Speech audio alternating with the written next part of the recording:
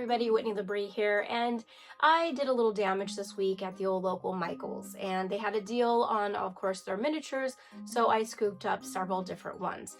Now, I don't know about you, but they do have some that work in a 12 scale, but then they also have some others that are a little smaller, and that doesn't mean that I don't love them, it's just that I can't really use them. But this time I did buy some of those because the obsession is real and I just couldn't help myself. And then I thought, what am I gonna do with these? So I went over to the Dollar Tree and I bought a haunted house cutout. And I'm gonna use that cutout to make a curio that I can hang on the wall to hold some of these minis. It's gonna be a fun one, you guys. So let's get started. So here's my little dollar store haunted mansion wall hanging that I purchased. And you see there how it has those tentacles. Those I created by just using my epoxy clay. I had some left over from another project I was using, and rather than throwing it out or letting it go bad, I went ahead and created some tentacles coming out of that window. So the actual haunted house does not come like that when you buy it. It's just a plain wooden haunted house. Of course, is to turn this into like a little display cabinet for my miniatures that I bought for Michael's. At the dollar store, I also bought a piece of this foam board, and I'm gonna go ahead and use my wooden piece here to create a stencil. And that is going to be the back part of my curio. I'm going to mark off the windows as well so that I know where to create my little boxes. That will ultimately be my curio cubbies for my little minis. This project is also going to allow me to use up some of my old scrapbooking pieces that I have. I bought this little booklet of all these little fun Halloween backgrounds, and I've had it for many years now, so today's the day that we're going to go through it. And these are what I'm going to use on the inside of the little cubbies that my miniatures will sit inside. Alright, so let's take a look at some of my Michael's minis that I bought. They're all on sale for like 60% off, which is why I had so many, because I just couldn't help myself. But I did, in this case, buy scales that I wouldn't normally have purchased because knowing I was going to use it in this cubby. I bought this really cool small scale skeleton lady playing the violin. I thought she was really cool, so I wanted to use her. And then I did get some other pieces here. I don't know what all I'm going to be able to fit. Got a spell book that came with a little frog and a bat. I got some glass domes, and inside there's like a skull and a flower and that sort of fun stuff. And then I did get another man-eating plant. I don't think I'm going to use that. I got a candelabra, and then I got a little cat with a moon and a typewriter, which I think is actually going to be too big also, but that's okay. We will see what all we can use, because I actually do have some other Michael's pieces that I'm not showing here that I didn't buy that I have in my collection already. So maybe we'll mix in some of my older pieces too.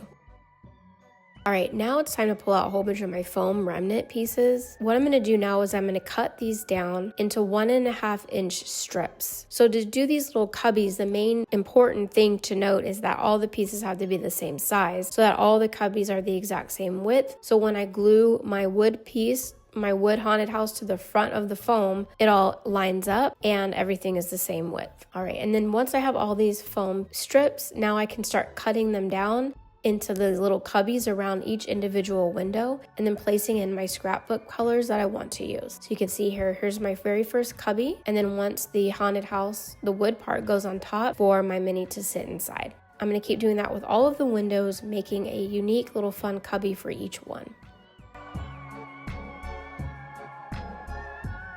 And the important thing here was just to make sure that when I placed the front on top, you couldn't see any of the foam board. So when I'm making the little cubbies, I just needed to make sure that they were big enough where they were hidden, where the edges were hidden whenever the front part goes on. And then I did have to cut out some little notches in the top cubby where the little tentacles are so that it would lay flat.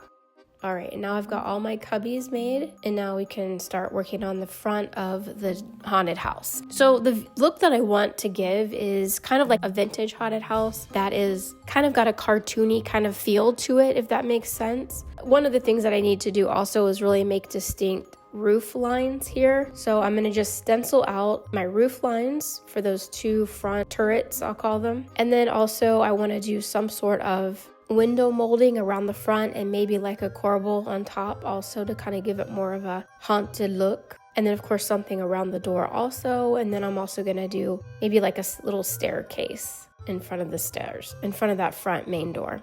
Okay, now let's go ahead and start painting it with a nice base coat, and I'm going to go with this pewter gray color. For the roof area, I want to do something a little bit different. So I'm going to take a combination of tomato red, yellow, pumpkin, and orange, and I'm going to kind of mix those colors all together on the roof, and I'm just going to blot those colors right on. And a sponge would have been also a really good tool. I'm just using a paintbrush here, but sponging it on would have also been a really good idea as well. I want to have some variation in color, so some areas I'll have more red and orange, and some areas I'll have more yellow, and I'm just going to do that with all 3 of my little turrets here. And it kind of almost looks like fire. And then since I have my tomato red out, I'm going to blotch on a couple little spots here where I want to do a little bit of an exposed brick kind of a look. Now for the little corbels that are going on top of each window, I'm taking more of my foam board that I have left over, and I'm going to basically just cut out some triangle shapes, and those are going to go above. And I might do some on the stairs, I'm not sure yet. I might wait and do something else with that. Now, once my paint is dry, I'm going to take my ruler and I'm going to start marking off the roof line in about 1/2 inch increments, and I'm going to draw some light lines going right across, and this is what I'm going to use as my guidelines, because I'm going to go ahead and add with a black marker the fish scale roof for the dollhouse. Now I'm just using a black Sharpie to draw in the fish scale shingles, and you can kind of see where I'm going with that, and I'm going to do all 3 roofs.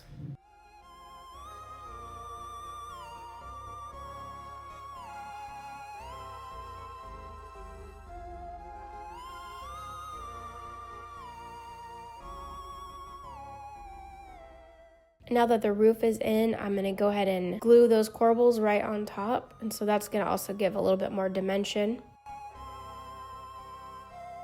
And for the trim on all the windows and the door, I'm going to do a combination of, I'm going to do a really bright candy apple green and a really bright purple. And I'm going to use the same technique that I did for the roof, where I just basically sponge it on with my paintbrush. I'm just blotting it right on, and it's giving me a nice mixture of purple and green. I have a black paint pen right here, and I thought I would use this instead of the black Sharpie. It wound up being a kind of a hassle to use, so I should have just continued on with my black Sharpie, but I did use the black paint pen, and I'm just doing some outlining of all my windows, and I'm adding just a couple little accent markings on the corbels of each window, and this will make the windows pop a lot more. And then once the black outlines are all in place, I'm going to go back through with my pewter gray and kind of clean up the edges around the windows and also the base of the roof lines. All right, next up is painting my tentacles coming out of the window, and I'm going to paint them pink. Now, in my last video, I painted a lot of my tentacles pink, and so I wasn't going to go pink this time because it was kind of the same as I'd already done, but because I did the windows in green, that was the color I was going to use for them, I felt like it wouldn't pop enough, so I'm going with pink. I'm going to do a hot pink versus a light pink on this one. But you see the difference, it just really stands out a lot more now. All right, next up, I want to add some trim. This is also going to help with the 3D effect. I'm going to add some trim on the edges of all 3 roof lines. And then I think I'm going to use this for the stairs instead of the foam, which is what I was going to use first. First, I painted underneath black up until the first row of shingles, so there'd be a little shadowing under there. Then I went ahead and added my trim, and I'm painting it a combination of cream and yellow. And since I had that cream color out, I grabbed one of my thin paint brushes and I just added some lines to my brick areas, and it made it look as though there was some exposed brick.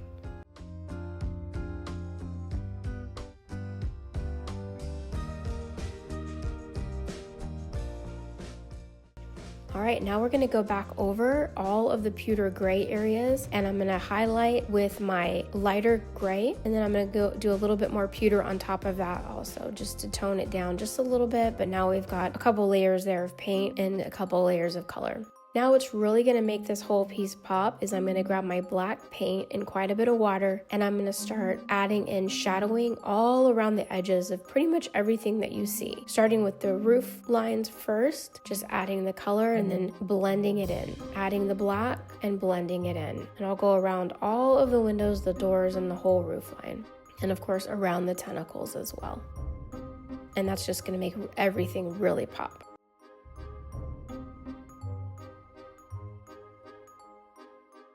And now it's pretty much finished. And then you can see I added the trim at the base with the stairs, and I painted that black. All right, and in the meantime, I did paint the curio area also in the pewter gray so it would blend to the background. And now it's time we want to add some lighting. So I have some fairy lights here. These are pretty easy to use. And I'm going to go ahead and glue those into every little cubby. And then once they're all in place where I want them to be, it's now time to go ahead and glue on the top part of our display cabinet here. All right, once it's all in place, I'm gonna grab some moss in purple and in green, and I'm gonna fill in any gaps inside.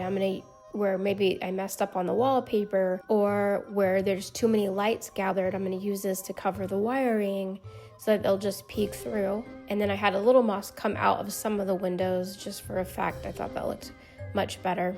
To be honest, the way that I made this, it could just sit on top of a counter, but also it would be fun to be able to hang it. So I do have a hanging hook. I went ahead and put it on the back. Now, because I screwed this into foam board, I did take a couple drops of permanent glue, added those to the screws, and then screwed them in so they would be glued in place. And that way I don't have to worry about it coming apart later. And I didn't paint the back because I just had my walls repainted and I was somewhat afraid of the gray rubbing off on my wall. I don't know why, but I was. All right, now it's time to go ahead and add all our accessories. And I'm using museum wax just to hold them in place. That way I can change them out if I want to do that at some other point.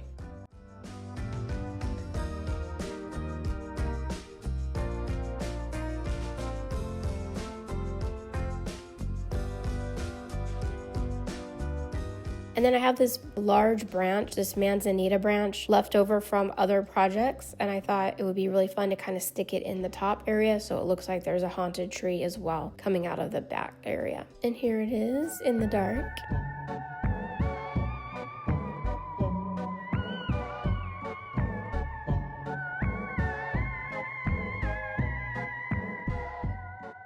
And here it is on the wall. And I forgot, but there is a little hole at the top of from where it had the little hanging wire. It had a little hanging thread. So I do have these little mini bats and I'm gonna glue those to the very top of it to cover up the hole. Yay, and now we have a little display for some of my little Michaels minis or whatever else I wanna put in there. And besides the minis that I bought, the project itself cost me $2.50 because I had all the other stuff, of course, but it was nice not to overspend on this project. All right, you guys, so that's it for this week. I hope you enjoyed the Dollar Tree makeover. I know that I'm happy to have another place to put some of my little Michaels minis that I'm addicted to buying. If you haven't already subscribed, you guys, please go ahead and hit that subscribe button so you don't miss out on any future content. I also have my Patreon where I have some additional mini stuff going over there, including some other fun stuff that aren't always necessarily related to miniatures, but are still fun for people who like to get creative. Thank you so much as always for hanging out with me. I hope you have a great rest of your weekend, and I'll see you next time. Bye.